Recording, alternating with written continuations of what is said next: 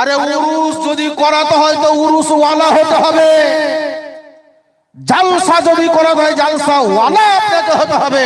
বেরাদর ইসলাম মুয়াজ্জিন সামাই রেখেলাম, একটি মাত্র কথা বলবো, মাওলানা মুয়াজ্জিন সাহেব চলে আসবে এবং প্রসেস করে দেব।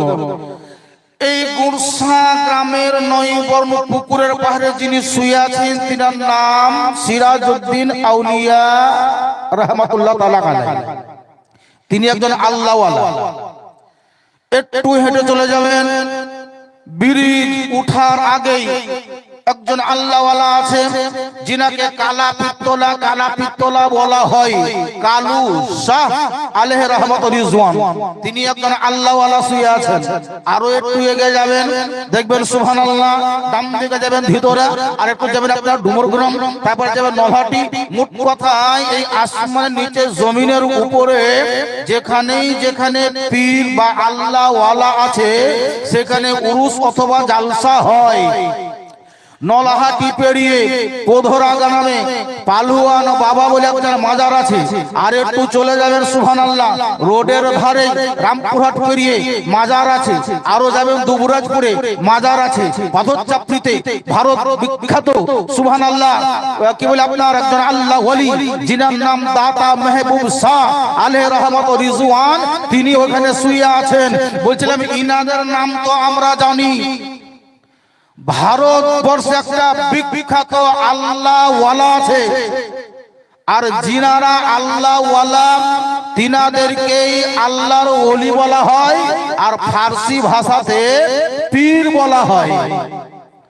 একটা বিখ্যাত আল্লাহর ওলি আছেন যিনার নাম জুনায়েদ বাগদাদি আলাইহি রাহমাতুর রিজওয়ান।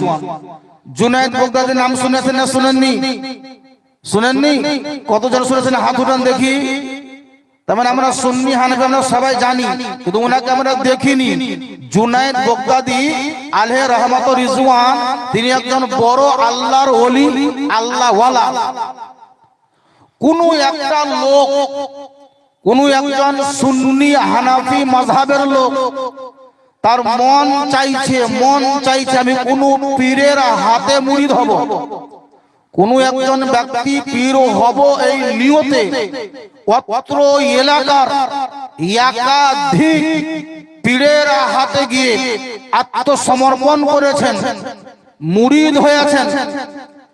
কিন্তু ওনার উদ্দেশ্য ছিল কি, যে কোন পীরের হাতে মুরিদ হব যেন সেই পীরের কাছ থেকে কিছু কারামাত দেখতে পাই। কি দেখতে পাই? কারামাত দেখতে পাই। কারামাত কাকে বলে? কারামাত ওই কথাটাকেই বলে, ওই বিষয়টাকে বোঝায় যে জিনিসগুলা কোনো সাধারণ মানুষের দ্বারা করা সম্ভব নয়, মানুষের দ্বারাই করা সম্ভব নয়। যেমন সূর্য ডুবে গেছে, আবার উঠিয়ে দেওয়া সাধারণ মানুষের দ্বারাই সম্ভব নয়। কোন মানুষ ইন্তেকাল করেছে, আবার তাকে জীবিত করে দেওয়া কোন মানুষের দ্বারা সম্ভব নয়, কোন ডাক্তারের দ্বারা সম্ভব নয়, কোন কবিরাজের দ্বারা সম্ভব নয়, কোন হাকিমের দ্বারা সম্ভব নয়, কোন মাস্টারের দ্বারা সম্ভব নয়, কোন ওকিলের দ্বারা সম্ভব নয়, কোন ব্যারিস্টারের দ্বারা সম্ভব নয়। এই মৃত্যু ব্যক্তিকে জীবিত করে দেওয়া, সূর্য ডুবে গেছে আবার উঠিয়ে দেওয়া, পানির উপরে পাথরকে ভাসিয়ে দেওয়া, বৃক্ষকে নিজের কাছ থেকে মাটি থেকে নিজের কাছে উঠিয়ে ডেকে নেওয়া, এইরকম কাজ কোনো মানুষের দ্বারাই সম্ভব নয়। এইরকম কাজ যদি কোনো নবী এবং রাসূলের দ্বারাই হয় সেটাকে মুজিজা বলা হয়। কি বলা হয়? মুজিজা বলা হয়। ওই কাজটাই যদি কোনো পীরের দ্বারাই হয় সেটাকে কারামাত বলা হয়। কি বলা হয়? কারামাত বলা হয়। বলছিলাম বিখ্যাত পীর হযরত জুনায়েদ বাগদাদি আলাইহি রাহমাতুর রিজওয়ানের পিরিয়ডে কোন একটি লোক তার মন চেয়েছে মুরিদ হব, তো মুরিদ তো আমি হব, আত্মসমর্পণ করে দেব, নিজেকে অস্তিত্ব বিলীন করে দেব, তার হাতে আমি আত্মসমর্পণ করব, কিন্তু তারই হাতে মুরিদ হব যার দ্বারাই কোনো কারামাত দেখতে পাবো। কারামাত যদি দেখতে না পাই তবে মুরিদ হব না। এই নিয়তে বেরিয়ে গেল কোন একজন পীরের দরবারে। কয়েকদিন থাকলো, কোনো কারামাত দেখতে পেল না, বেডিং বিস্তারে বেঁধে নিয়ে চলে এলো। আরো একটা পীরের নাম শুনলো, ওনার দরবারে গেল, সেখানেও কোনো কারামাত দেখতে পেল না, ওখান থেকে বাড়ি চলে এলো।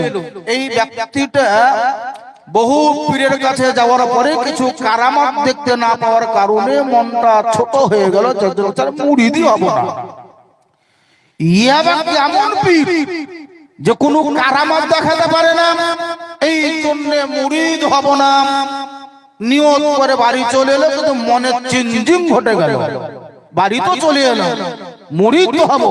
তবে শেষ পর্যন্ত নাম শুনলো যে হযরত জুনায়েদ বাগদাদী আলাইহি রাহমাতুর রিজওয়ান, তিনি মানুষের মনের খবর বলতে পারে, মানুষের মনের খবর জানিয়ে দিতে পারে। তো উনি বড় পীর, বিখ্যাত আল্লাহর ওলি। শেষ পর্যন্ত ওনার দরবারে যাব, দেখি কারামাত দেখতে পাই না, যদি দেখতে না পাই বাড়ি আর মুরিদ হওয়ার জন্য কোনো পীর খুঁজবও না, মুরিদ হব না। এই নিয়তে উনি বেডিং বিস্তারা বেঁধে হযরত জুনায়েদ বাগদাদী আলাইহি রাহমাতুর রিজওয়ানের খানকা শরীফে গিয়ে হাজির হলো। খানকা শরীফে গিয়ে হাজির হলো।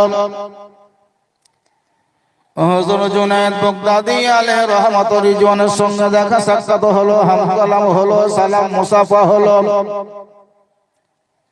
আর কোনো কথা জিজ্ঞাসা করা হয়নি, তোমার নাম কি, বাড়ি কোথায়, কেন এসেছো, কোনো প্রশ্ন করা হয় না।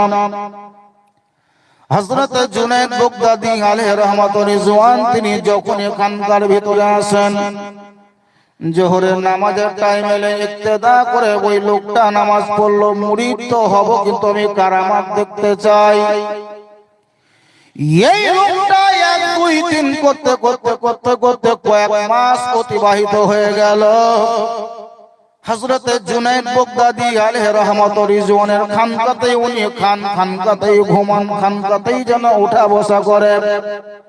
বাড়ি ঘর বলতে কোনো তিনার মনের দিকে ধারণাও হয় না।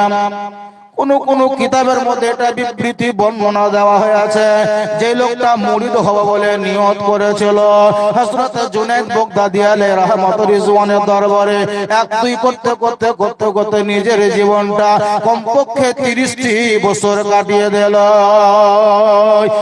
1 2 করতে করতে 30টি বছর কাটিয়ে দেওয়ার পরে হযরত জুনায়েদ বাগদাদী আলাইহি রাহমাতুর রিজওয়ানের দরবারে উনি আর কারামাত দেখতে পেল না। আর কারামাত দেখতে না পাওয়ার কারণে তিনার মনের দিক থেকে তৃপ্তি পাওয়া গেল না, শান্তি পাওয়া গেল না, মনের দিক থেকে পরিষ্কার হলো না। শেষ পর্যন্ত সেই লোকটা মনে মনে চিন্তা করতে লাগলো, গো রব্বুল আলামিন, আমি শেষবারের মতো এসেছিলাম, ইনার কাছ থেকে কোনো কারামাত দেখবো নিয়তে এসেছিলাম। 1 2 করে 30টি বছর কাটিয়ে দিলাম। এই 30টি বছর যাবত ওনার দ্বারাতে আমি কোনো কারামাত দেখতে পেলাম না, একটাও নয়, কারামাত দেখাই গেল না। এরই দিনে তার মন বলছে যেহেতু কারামাত দেখতে পাইনি আর থাকবো না, এবার বাড়ি পালাবো। যিনি মুরিদ হওয়ার জন্য গেলেন তার বক্তব্য যে আর থাকবো না। এত বড় পীর, কত মুরিদ দেখলেন, কত মুরিদ এলো, একটাও কারামাত দেখা গেল না, তার মানে এখানে থাকা আমার বেকার। এই নিয়তে একদিন ফজরের নামাজ পড়ার পরে ওনার যে বেডিং বিস্তারা ছিল সবকে একদম গুটিয়ে ব্যাগটাকে ঘাড়ে করে নিয়ে ওই খানকা থেকে বাড়ি যাওয়ার জন্য উনি বেরিয়ে গেলেন, বেরিয়ে যাবে। যখনই উনি খানকা থেকে বেরিয়ে যাব এই নিয়তে ব্যাগ ঘাড়ে করে নিয়েছেন, হযরত জুনায়েদ বাগদাদী তিনি দেখছেন কি লোকটা ব্যাগে সব ভরে আছে, এবারই পালাবে।